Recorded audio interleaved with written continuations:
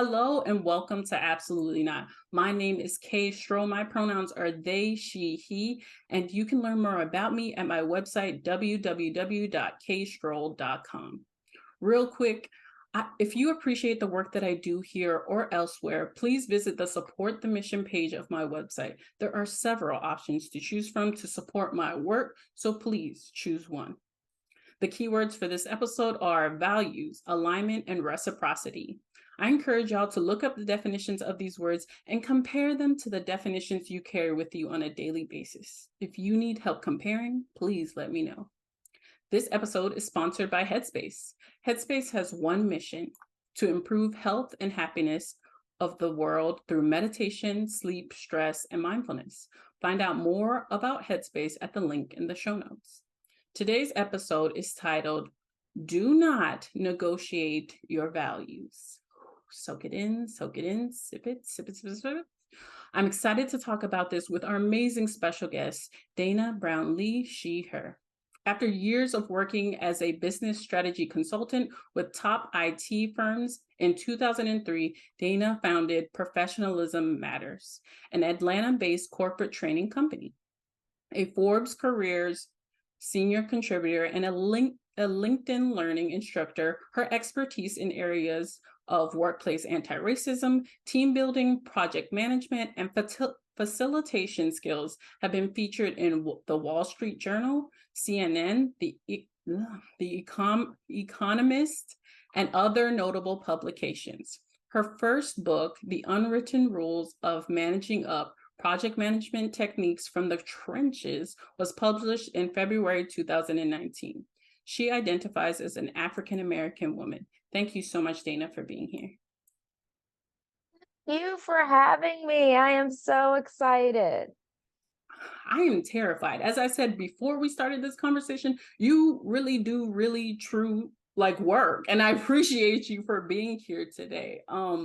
That work is so crucial to everything, like the work that I do. It's so inspiring. Why the fuck are you here, Dana?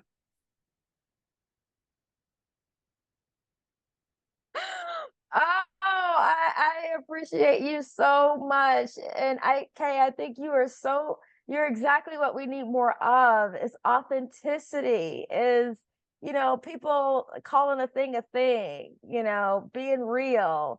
So I'm just so appreciative. And I love what you're doing. You're talking about a topic that I think is one of those underlying topics that doesn't really get called out as much.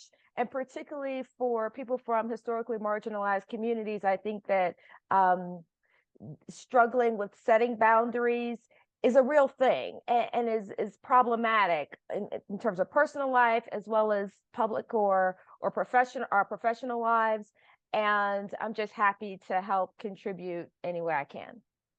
And I cannot, again, I'm gonna say this like a jillion umpteen times throughout this episode. Thank you so much for being here. Your book, Managing Up from the Trenches, I feel in my heart. That title alone, I remember the first time I started setting boundaries at work, it was with a white HR director. And that was the first thing she said. She said, "Are you managing up?" She questioned the boundaries that I started setting. Have you ever had an experience similar to that, especially with the title of your book?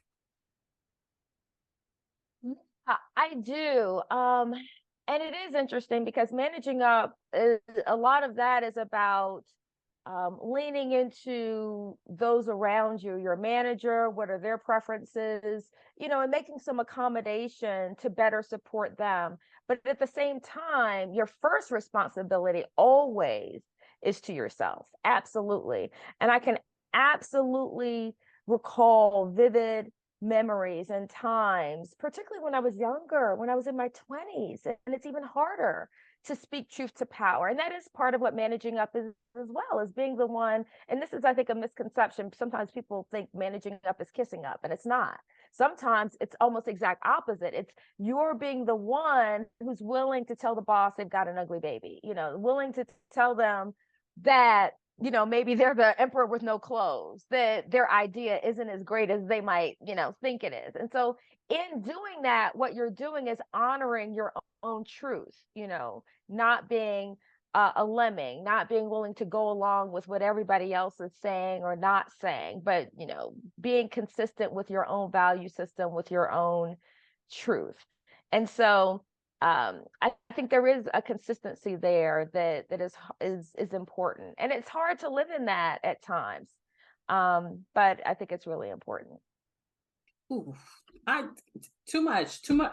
I appreciate all of it, but I wrote down so much while you were speaking. Speak truth to power, honoring your own truth, balancing your own value systems. No one has ever sat down and said this to me. I worked in HR for a really long time, and not even in those spaces did people be like, hey, would you like to balance value systems with me? Dana, why are we not talking about this? I agree, because I think it really, and let me just give you like a tiny example. I remember when I was in my 20s and I was working for a major telecommunications company, and something had happened. I don't remember how we got here, and they needed somebody to sign a document on behalf of the district manager. And so my manager was asking me to sign it. Now, it's her boss. And so again, I'm like 25. I mean, I don't know a whole lot of anything, but I certainly know that it's not right to sign somebody else's name to something. And I vividly recall in that moment feeling weird and feeling uncomfortable, but I knew that she was asking me to do something that brushed up against my own value system. And so it just didn't make any sense, because in my mind, I'm sitting here thinking, well, why don't you sign it? Because when I first bristled and pushed back, and I was like, well, no, I don't think I really feel comfortable. And then she tried to kind of rationalize. That's when they gaslight you. And she was like, oh, it's no big deal. It's no big deal. And I'm thinking, well, if it's no big deal, then why don't you sign it? Like, you're a higher level than I am. And so I just said no, I wasn't comfortable, and I didn't sign it. And I don't think it ever became a big thing, but I just knew. And I think that having that grounding is so important. And not that I'm perfect, but when we get out there in that corporate jungle, it can get scary. And so these are the things that often are not talked about. Like, how do you handle it if someone who's superior, I shouldn't say superior, but hierarchically higher than you are asks you to do something that you don't quite feel comfortable with, might seem a little unethical. I just think these are really important conversations. And I appreciate this. Also, the example, I am a visual learner. Now that it's something that I've written down, would I be willing to sign on this person's behalf? Before you even sign the offer letter, would I be willing to sign a document on this person's behalf? Dana, how are you? That is an amazing example. What other examples, or how are you balancing value systems with people before you start working with them? Yeah, I think that it's so important. I think part of it is just really, really getting clear on where your values are, what your priorities are. I think for me personally, it really shows up in entrepreneurship. And that has been a huge pet peeve of mine, because I really feel, I don't know what your experience has been or other people, but I really do feel that entrepreneurs are very disrespected oftentimes. I think their feeling is we should just be desperate for any little crumbs that they're willing to throw our way. So, why do you need an agreement? Why do you need a contract? Or you'll get paid whenever you get paid. Don't ask me. Don't worry. It's net 90. What's the big deal? Or the payment is late. What's the big deal?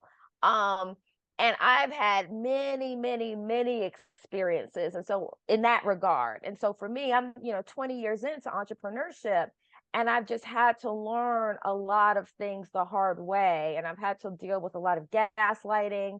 I had to sue a client my very first year. And that actually was one of the best things that happened to me in retrospect, because it really taught me to have my stuff together in terms of having a signed contract and having certain terms in the contract, and being careful about the payment terms, etc.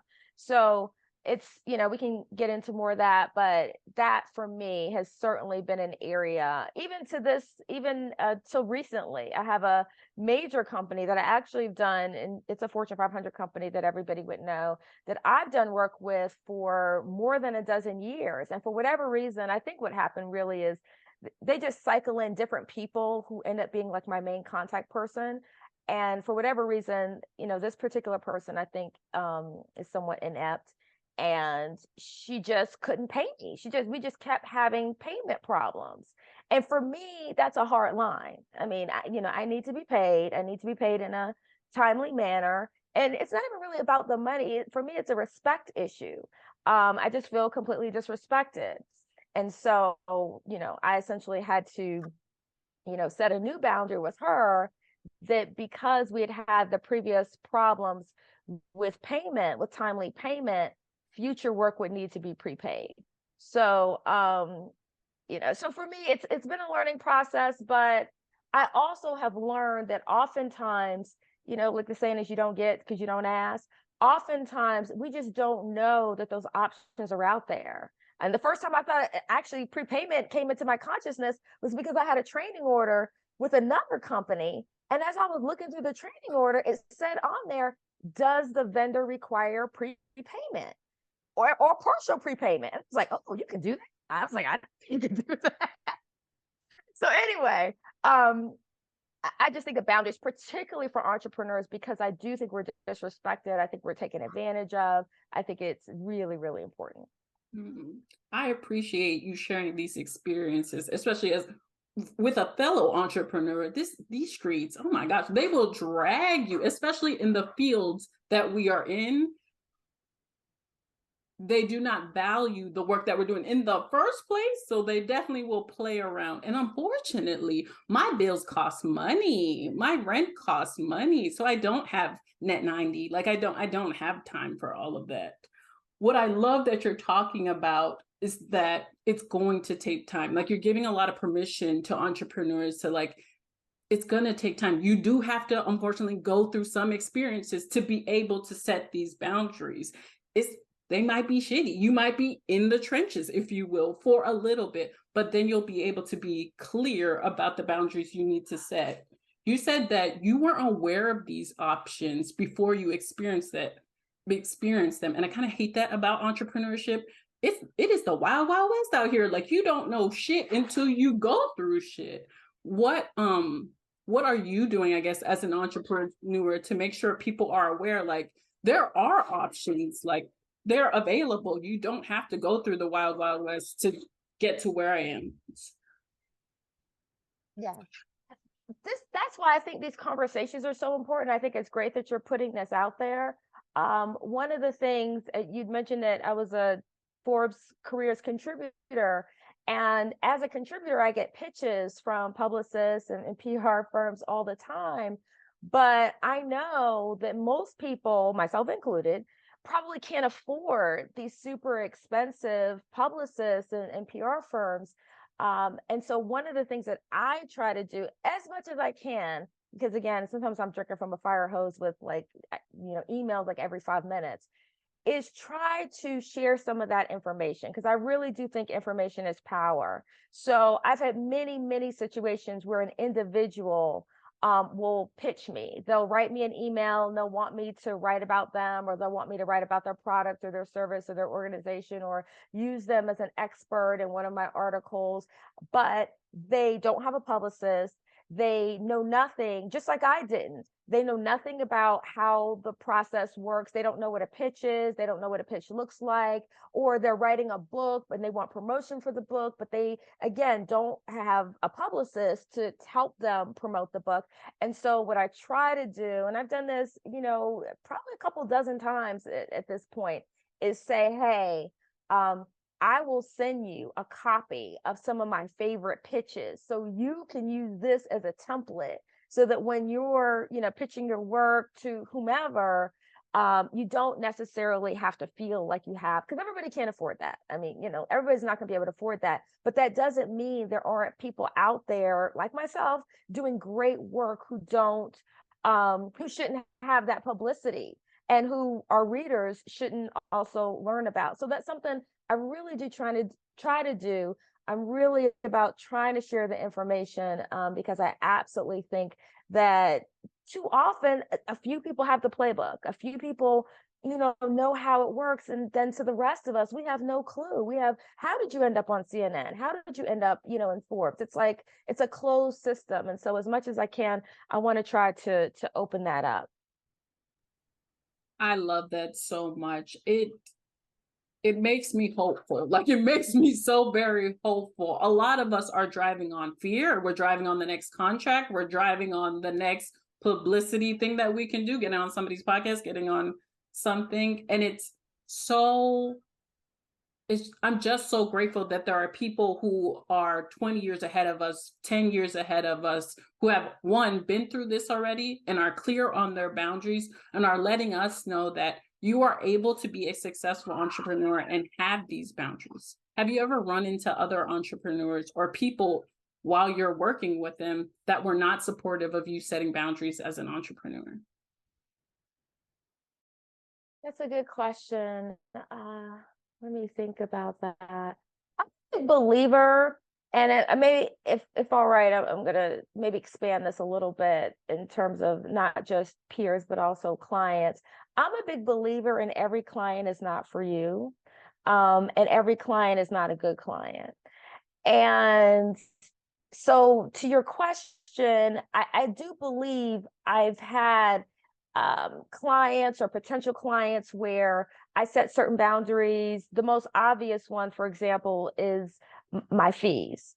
One of the things that I've seen people struggle with a lot on social media, or there's a lot of conversation around it, and you probably can relate to this, Kay, where you get these inquiries and you're always balancing in your mind, like, how much energy do I put towards this inquiry that I know probably isn't going to go anywhere, or I know the person has no funding, or I know they want me to come in and speak for $100. So, there's this constant balance. I mean, as an entrepreneur, yes, I need to talk to people. I need to explore opportunities. I need to do business development, but I want to do it in a smart way. So there's a lot of conversation around discovery calls, because we know we could spend all day doing discovery calls that lead to absolutely nothing. So how can you be smart about it? So one of the things that I try to do, in fact, I was just talking to a peer about this recently, and I told her, I said, I do very few discovery calls, honestly, because what I do is, when that inquiry comes across, whether it comes through my website, it comes through LinkedIn, I try to vet that request as carefully as I can. And part of that vetting process is being clear with them on my starting fees, and for virtual and for live. And generally, that eliminates about 80% of the requests. Once you say, typically, my virtual fees are here, my live fees are here, based on what you described. I take the information that they give me, because for me, I price things on a case-by-case basis, depending upon different factors. But I say, hey, based on what you've shared thus far, this is, where I think we would be, or maybe I might give them a range. And that alone, and that's a boundary. And that alone will eliminate probably 80 to 85% of the requests. And for me, that's a good thing, because that saves me that time. I mean, I don't want to waste my time doing these calls and talking to your boss and hearing about, God bless them, I love them, but I don't have the time to go through all that if it's not leading to anything, if we're not in the same ballpark. So yes, that happens, because I consider that a case where we're divergent in terms of our boundaries. I have a certain minimum fee and they're not willing to meet that. And that's okay. We can all make our own choices, but I'm just trying to save myself that time in the interim, so that I'm not spending half my day doing discovery calls every other day. Dana, I thank you so much for putting this here. And I know you said there's a lot of discussion about this right now, especially because of the communities that we belong to and the fields that we work in. We are expected to give so much. And baby, I don't have the energy. I know y'all just see me about to have a panic attack just doing this conversation. And I don't have the money. I just don't have that amount to give you. I am so sorry, but if I expend myself in any of those ways, I'm fucked. Then you're not gonna see me like you will not see me in these LinkedIn streets regardless. So I'm saving you the time, I'm saving me the time. And I love that you wrote down the minimum. Like I'm literally trying to talk to you about the minimum. If we can't talk about the minimum, what are we going to talk about? What else are we going to talk about? And I love that because I didn't have a minimum when I started my entrepreneurship journey. Dana, where did you get minimums from? Where did you learn about minimums? A great question. I don't know. I guess in my mind, I think it has been an evolution, and I think that years ago I did a lot more training, longer training, and then I decided I was kind of old and tired, and I wanted to shift and do more like speaking, keynote events, and for whatever reason, the shorter speaking pays more than the longer training. I still can't quite figure that out. But in that speaking realm, you can look on the speaker bureau sites, et cetera. Those pay rates are pretty significant.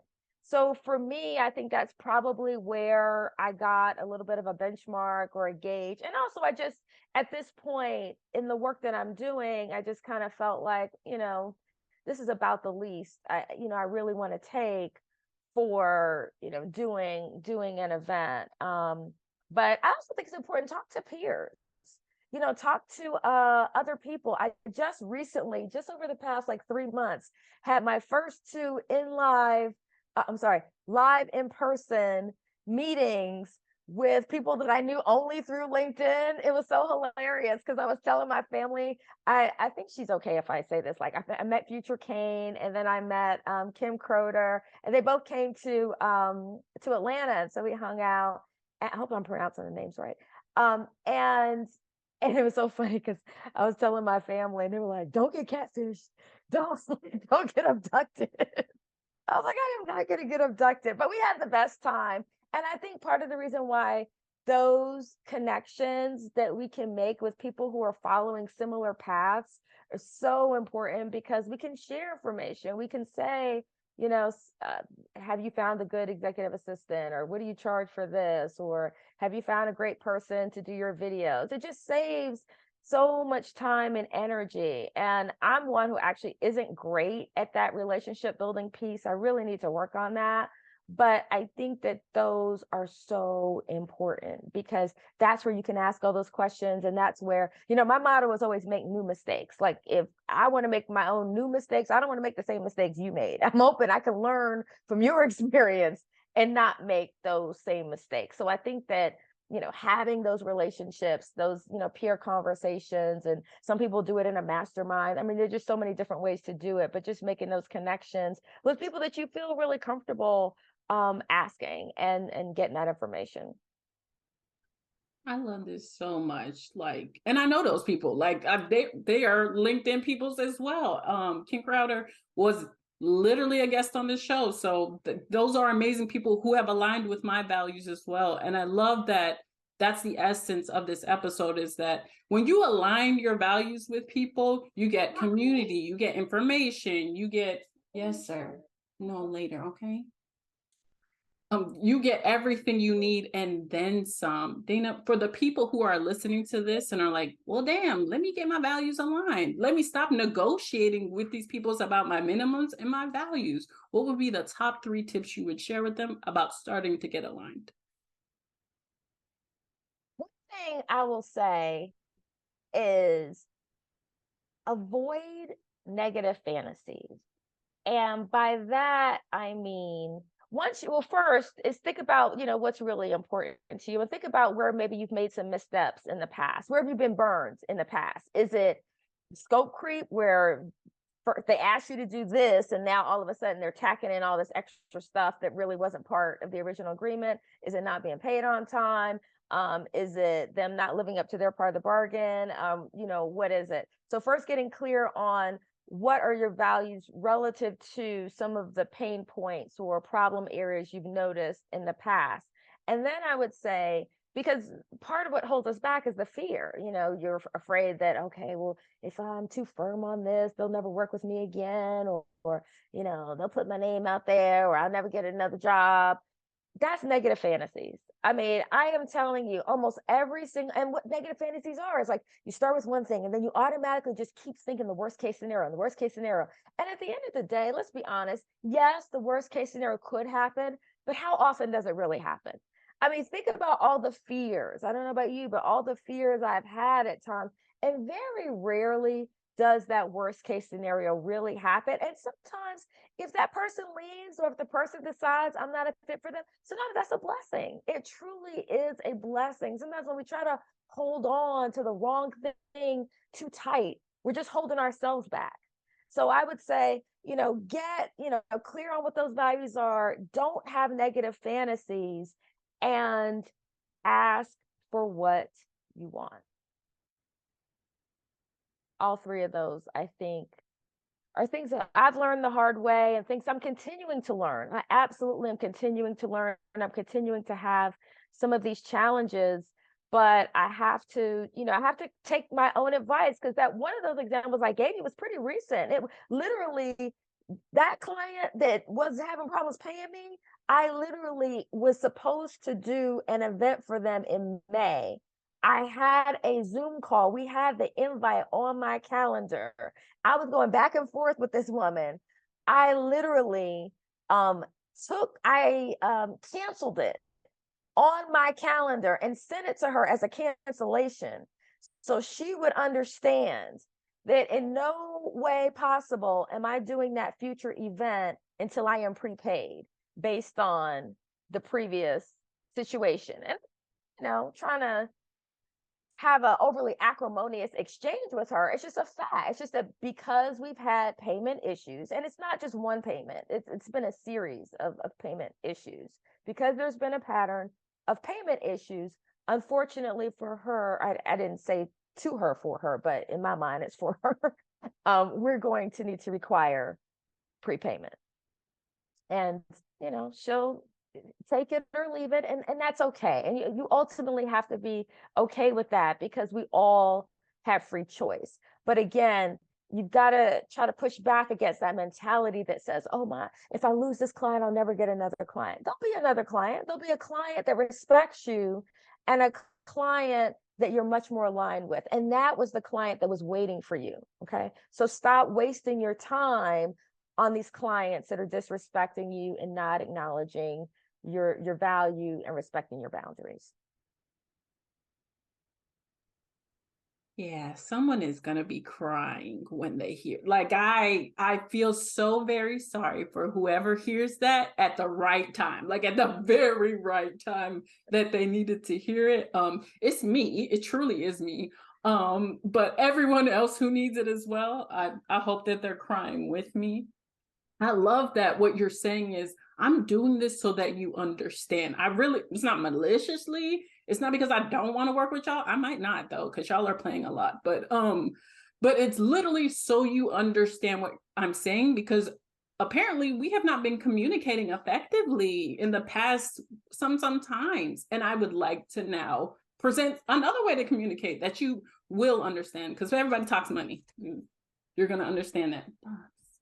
So thank you so much for giving us another way to communicate, because we be scared to do that. We're so scared that, like, no, this is a big name. This is a big person. I can't do this. I can't do that. But as long as we are clear about the values that we hold and what we need in this relationship that we agreed to be in together, we're gonna make it to the next client. We're gonna make it to the next check. Thank you so much, Dana, for being so very real and so very honest in this episode. Are there any last minute sprinkles that you'd like to share with the audience? I just want to thank you. I want to thank you for furthering these conversations. There are not many people out there talking about boundaries. This is such important work. These are important conversations, and that's one of the reasons why, as soon as you asked me, I was like, yes. So I really appreciate you. I think you're amazing and awesome. And thank you so much for doing that. That was completely uncalled for, but thank you so much. Oh my gosh. Thank you so much for everything you have shared in this conversation. I am so inspired by the work that you do and how you do it, and I hope that you continue to do it for as long as you'd like to.